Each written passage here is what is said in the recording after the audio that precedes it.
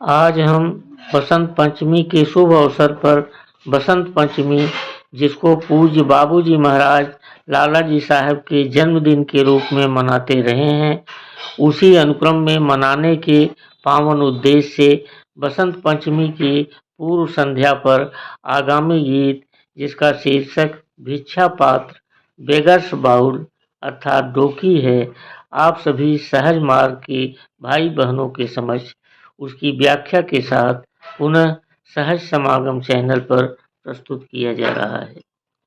बाबूजी महाराज ने सहज मार्ग के सच्चे भिखारी की वास्तविक स्थिति का वर्णन अपनी पुस्तक वॉइस रियल ऋतवाणी के द बेगर्स बाउल चैप्टर में कुछ इस प्रकार किया है। A fakir's wealth, what wealth does a saint possess who is outwardly no better than a beggar in respect of his material possessions? A beggar he is indeed, but one who begs only at the door of great divine master is alone. He stands at his door with his begging bowl in hand, but is unconscious of what he is begging for. Such a type of beggar is he. Let us ponder over the state of mind he is in.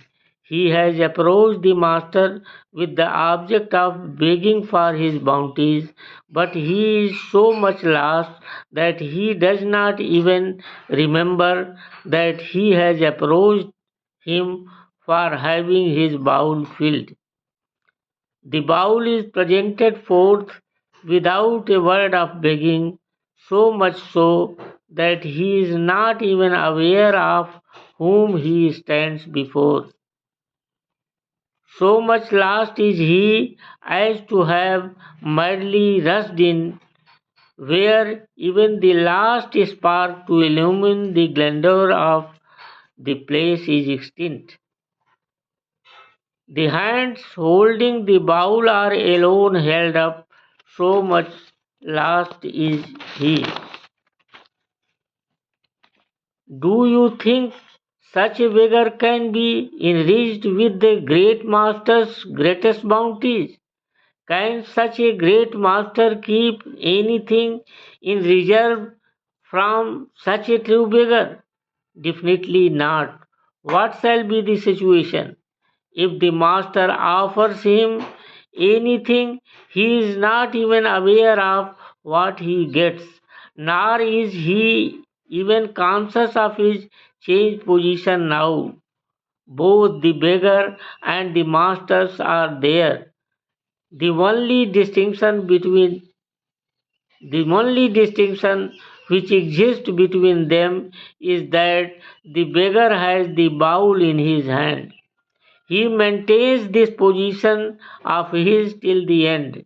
Both are lost, the master and the beggar. Nothing remains which has not reached unto him. What would then be the condition of the beggar? He shall be permanently residing in a state of contentment which cannot be matched even by the greatest riches of a king. The master has bestowed what he had, and the beggar has got the same. Before the greatest of kings and saints of high rank would bow down. But one has to become such a beggar. To him, everything is not in comparison to it. It will be easy to understand if one can takes one's heart for the bowl.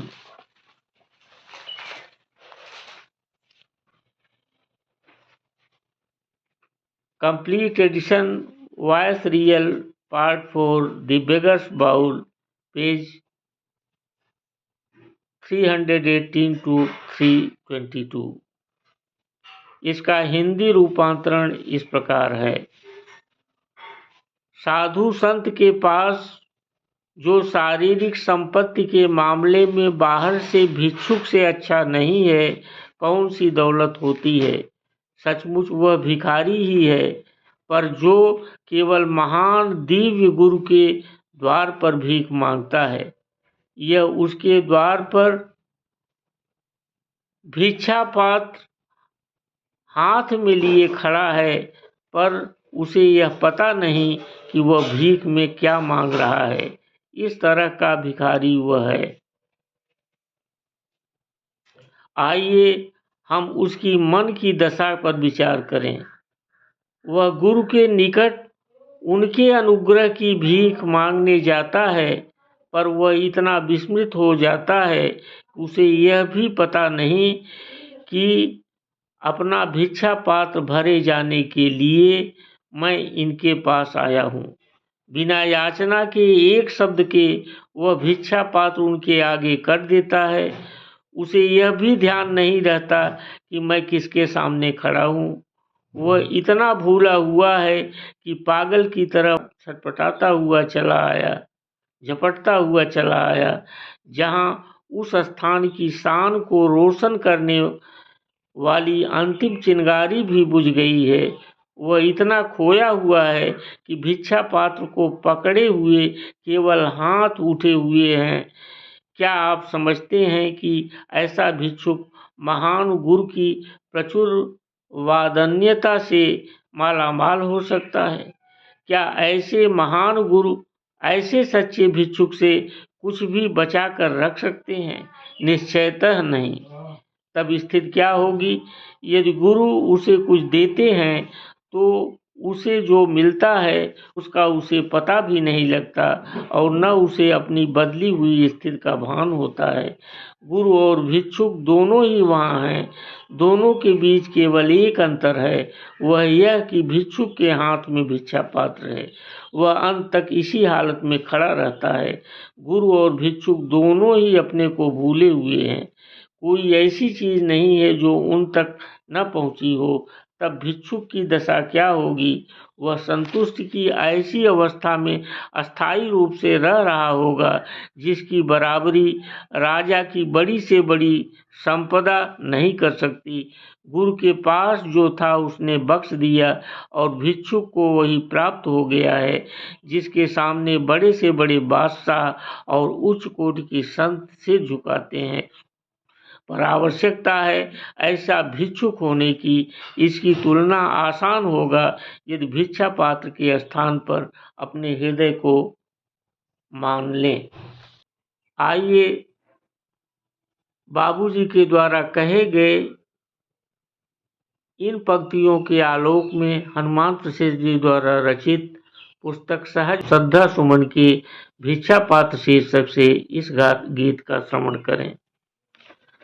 तमन्ना दर्द दिल की है तो कर सोहबत फकीरों की, नहीं मिलता है यह गौहर सहनसाई खजीनों में।